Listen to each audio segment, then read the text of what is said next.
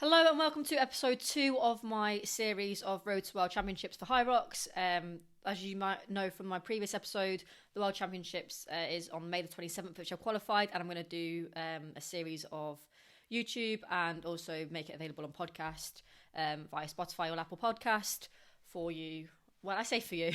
I'm not sure if it's for you, if it's more for me. It might be more for me. But anyway, I'm going to do a series on the lead up to the World Championships. So we're now the 11th of April and the World Championships is May the 27th.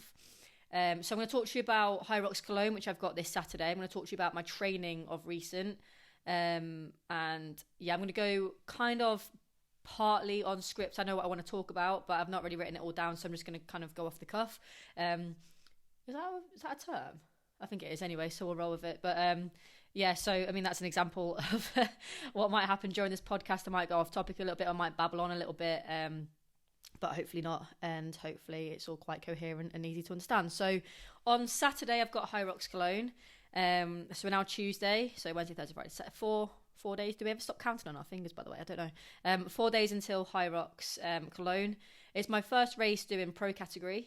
So a lot of my training has been geared towards getting used to pro weights. So by that, I mean the jump from 10 kilos to 20 kilos on the lunges, from 16 kilos to 224s on the farmer carries, from a 4 kilo wall ball for 75 to a 6 kilo for 100 reps. And I think there's sled push and sled pull weights are also different. So sled push 152, I think, and then sled pull will be 103, which is different to the open. So a lot of my training has been geared towards trying to work towards that. And it has been for a while, really, because I was initially going to do Hyrox Glasgow in February, but I had to pull out due to concussion from getting hit by a car off my bike. But that's another story. That's not what this episode's about. So in terms of Cologne on Saturday, how I'm feeling is I'm actually quite... in fact, I'm pretty excited about it. I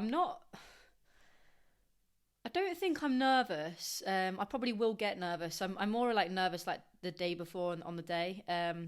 But also I feel like there's quite a bit of pressure off it in the sense of it's my first pro category one. So like for the other events like Manchester and Madrid, for those two, it was about could I beat my previous time? And because I'd already set a marker down, obviously when you've got something to beat, it gets harder and harder.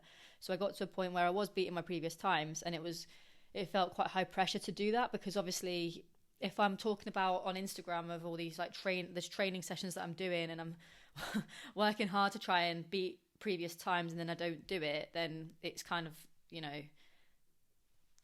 it's not ideal really in the form of marketing, and also it's not ideal in terms of being confident that I can program and get better at my Hyrox stuff. But yeah, so Cologne on Saturday. My strategy is going to be slightly different to the open because I want to try and preserve my grip as much as possible for the farmer carries, but also I know that the sled pull is going to get my grip as well.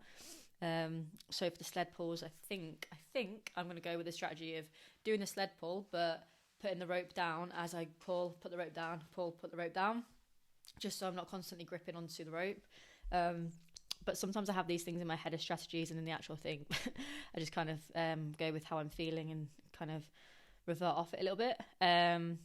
But yeah, so I finished a strength block 2 weeks ago now, where I improved my lifts for squats and deadlifts. So I worked on a program to do that. Particularly stuff like deadlifts is helping to strengthen your posterior chain, which is important for stuff like the sled push. So it's got a carryover effect in terms of that. But I was also well aware that the weight is getting heavier means that I need to get stronger. Particularly for the sled push, with that in mind, because it's heavy. It feels heavy. If you've competed in Hyrox and you've done the pro category or you've done 152 kilos on the sled push, you'll know what I mean. Like, it feels absolutely horrible. Like, I question my life choices on that. But anyway, yeah. So trying to build up strength for that. For leading up to a competition, I try not to do heavy lifting and try to shift that for more Hyrox focus, because when I do my heavy lifting stuff, it aches my muscles more, so I get more fatigued for the days following, and then it makes it harder for me to plan what I'm going to do when for my Hyrox stuff, because I might have in mind that I want to do some wall ball practice, but then I've done back squats heavy the day before and I'm like, well, my legs are still aching, and then the next day my legs are still aching, and then, I can't get that same sort of structure. So the last 2 weeks I've not done any strength stuff, heavy lifting, and done more Hyrox specific focuses. So that's how I kind of changed my training in the last few weeks to lead up to this event. For this week, for my taper, so in terms of tapering for a Hyrox, I don't do like a full week taper, because I'm kind of not going for... Sorry, I've paused because I was hoping to record this on podcast at the same time, so that I could do like kill two birds with one stone and upload this on YouTube, but then the audio version on my podcast. But unfortunately, I've just realised that there's a limit on my podcast time for it recording, so that's rudely cut me off. But anyway, I'm going to keep going. Sorry about that sidetracking. What was I saying?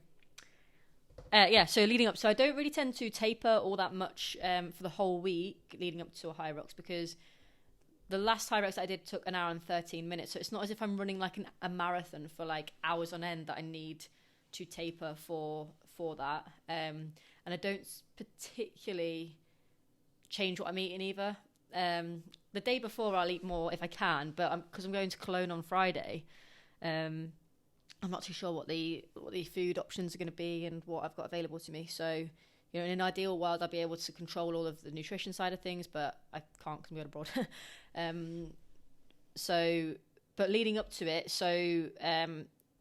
today's Tuesday. So yesterday I did some active recovery. So I just did a load of cycling, because I had accumulated fatigue from a 10K that I did on Friday, and Saturday and Sunday's training.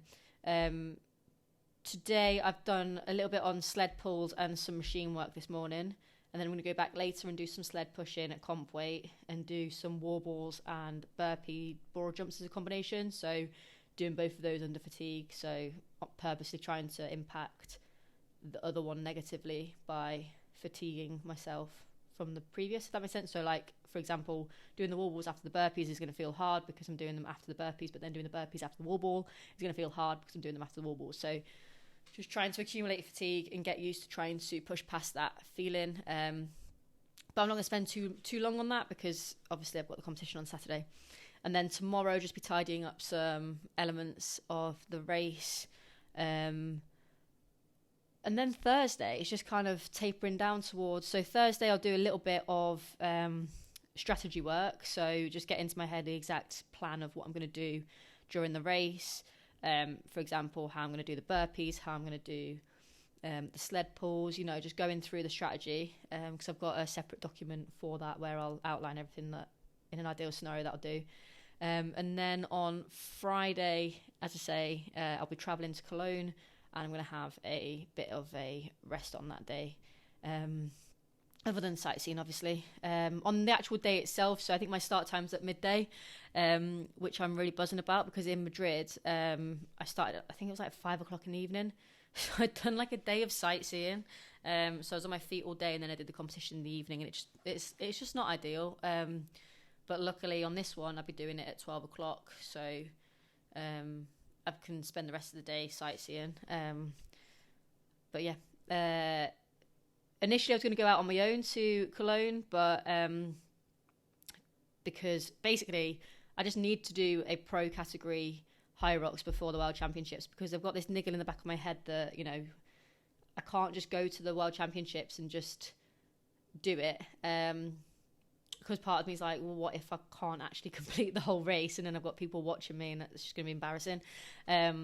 So yeah, I guess part of the reason why I've entered Cologne is a bit of fear that I won't be able to complete it, which I have a really big fear of failure. So like I kind of like don't want to put myself in that position, so I'd rather fail in Cologne when I've not got friends and family watching, other than my mum, than fail at the actual World Championships itself. I probably wouldn't even be doing Cologne if I'd managed to do Hyrox Glasgow, but we are where we are. I get to go to Cologne and compete there, so that'll be fun. But yeah, initially it was going to be very expensive. So like I looked at flights and I was absolutely buzzing because I got a really cheap flight return. and then I looked at hotels. I should have done it the other way around, to be honest. I looked at hotels, and it's expensive going on holiday to Cologne on your own. So, but I'm not going on my own. I'm going with my mum, which I'm looking forward to. So I'll compete at 12 o'clock on the Saturday, and then I'm there until Tuesday. So we'll get a bit of time to do some sightseeing. So yeah, I guess that's coming towards the end now of this video. I'm trying to think anything else that might be interesting for you, but I feel like probably not. I'll say what I'm most concerned about in terms of the race itself. So what I'm most concerned about is the sled push, because as I said earlier, it just feels so heavy, and it's just, I'm just not sure how that's going to go, and the run after that. The lunges, I think, will feel okay. Like, I've been doing them in training, and I think the difference in weight doesn't feel as horrible as the difference in weight in the sled push, or the sled pulls. So I feel all right about the lunges, and I feel kind of all right by the farmer carries. I mean, to be honest, I wasn't really that best pleased about how my farmer carries went in the open category in Manchester. So I'm not too sure how that's going to differ between the heavier weights and the 16 kilos at the open. My biggest concern, I say, is probably the sled push. I'm just looking forward to it. I'm just looking forward to seeing what happens. I'm intrigued. I'm really intrigued how going from the open category to pro category, like how that affects your running. So obviously I can have a look at the splits of my open category, but I'm just intrigued how that's going to change in terms of when I do the pro weights. Is that going to affect my running that much, or is it not? Or, you know, I know that my running's improved because I got a 10k PB last Friday, so can I offset like the difficulty of the heavier weights with better fitness with my running? I don't know, but these are things that I can find out on Saturday. So I'm really looking forward to it, actually, and really intrigued by what's going to happen. I was tempted to try and think about an exact pace that I want to keep for the runs, but I just don't think it's possible to know at this point what pace to aim for, because I've never done the race before. So what my plan is after the race, I'll get all of the analysis, all of the like different splits of all the exercises, and I can see there like where my weaknesses are, where I fare amongst other people, and start to work on a program aiming to improve those weaknesses and turn them into more like strengths, ready for the World Championships on May the 27th. But yeah, so to conclude of this rambly, I hope it's not as rambly as I feel like it is, but sorry if it is.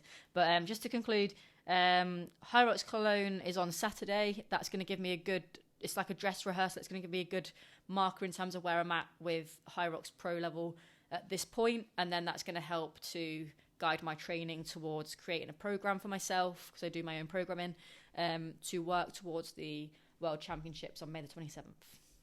So I'll speak to you next week on episode 3 about how it all went. Thank you for watching. Goodbye. Speak to you soon. Bye-bye.